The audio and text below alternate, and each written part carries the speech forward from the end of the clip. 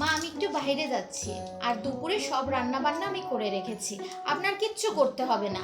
আর এই যে ওষুধ, এই ওষুধগুলো কিন্তু একদম সময় মতো আপনি খেয়ে নেবেন, আর আমি খুব তাড়াতাড়ি চলে আসবো।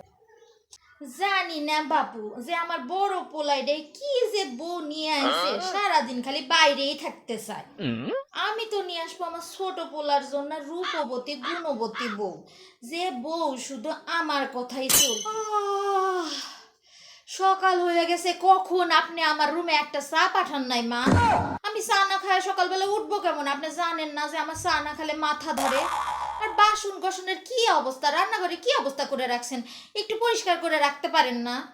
একটা কাজ করেন না, সারাদিন বসে থাকেন।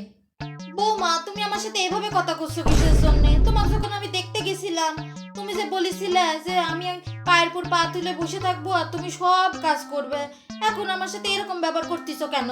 আরে মা শোনেন, আপনার ছেলে চাকরি করে সরকারি, আর সরকারি স্কলারে কখনো ছাড়া যায়? আর আমি না প্রথম প্রথম একটু আপনারা এইসব কথা বলিয়েছি, আর আপনি আবার এগুলা মনে রাখিছেন। এখনকার মেয়েরা আবার কাজ করে নাকি? আমি শুধু বসে বসে খাবো আমার স্বামীর টাকায়, বুঝছেন? হ্যাঁ, এ কি কব মা? হায় রে আমার কপাল, আমার কপাল পুড়লো, আমি নিজের পায়ে নিজে কুড়াল মারিছি গো। আমার ওই বউটাই ভালো ছিল।